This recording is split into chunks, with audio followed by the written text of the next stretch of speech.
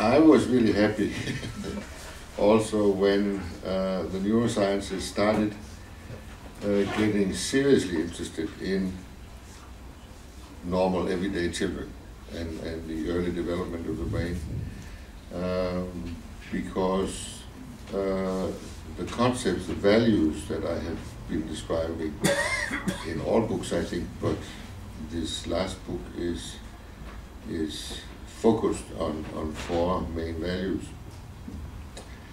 Are values that have been developed not theoretically, but over 35 years of working with parents and children, and simply saying what is working, what happens if parents have conflicts with their small children, their teenagers, whatever.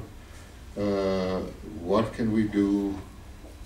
How can the adults change their behavior in a way that these conflicts are solved in a more constructive way? On the other hand, it is very dangerous when we talk about human beings only to ask the question, what works? Because the fact is, when you are around children, for instance, and everything works. If you as parents, if you're convinced that you're doing the right thing, if you're very persistent, and if you're willing to punish your children over the first 3, 4, 5 years, then they will adapt to anything. Everything will work. So the questions we have to ask, and the questions that neuroscience is coming up with more and more answers to, is how and why is it working? What kind of a price does the child have to pay in order to function the way that the parents believe they should? Give you a very short example. One of the experiments in family life, especially parents with children, have been going on in Denmark for, I don't know, almost 20 years.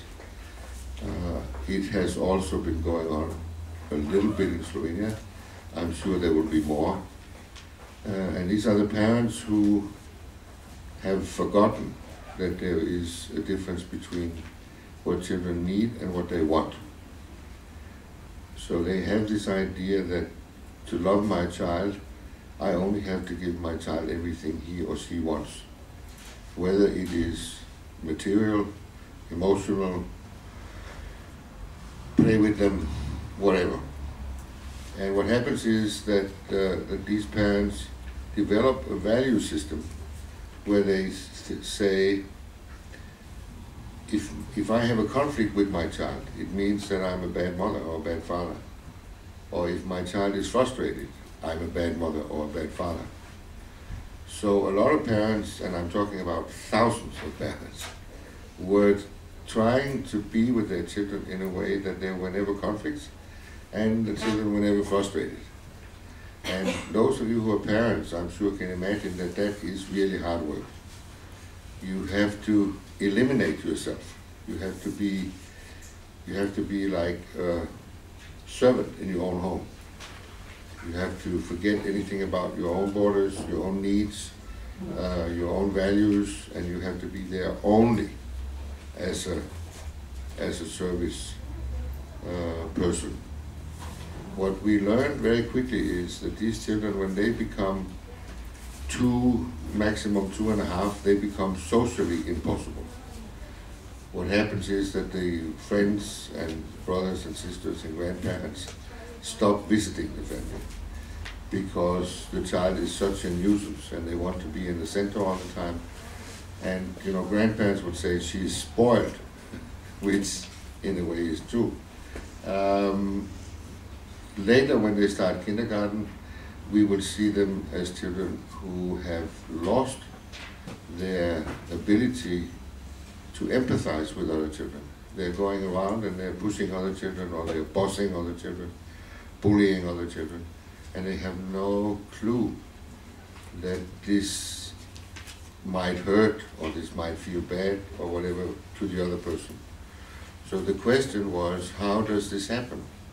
How does a child lose the empathy that it is born with? And we could explain that psychologically, which I will not do because that takes about 20 minutes. But neuroscience came up with the answer and said, well, the thing is that in order for the brain to develop in a healthy way, so that this potential for empathy can be wired in the right way between the two parts of the brain, a child must experience frustration. And as most of you will know, that is not a big thing. I mean, children get naturally frustrated 100 times per day. But if there's always somebody around who wants to say, no, you should really not get frustrated, then it doesn't damage their brain, but it simply doesn't develop in the right way. Luckily, for those children, the brain is also a very plastic organ, which means it can change back. But it takes time, it takes 3-4 years. So the brain is possible. What we are learning is that the brain of children can do extraordinary things. 2-3-year-olds can learn Chinese. Our concern, our problem, our job as adults is to decide, are we going to do that? Are we going to use the brain of children for everything that it can do? Are we going to do like some Germans have been doing? Are we going to make German kindergartens where everybody speaks Chinese so that we have a bunch of children that can talk to the new financial power in the world? Is that what we want to do? So we have moral questions, there are ethical questions that neuroscience cannot answer, but it definitely can tell us when it goes in a healthy way and in an unhealthy way.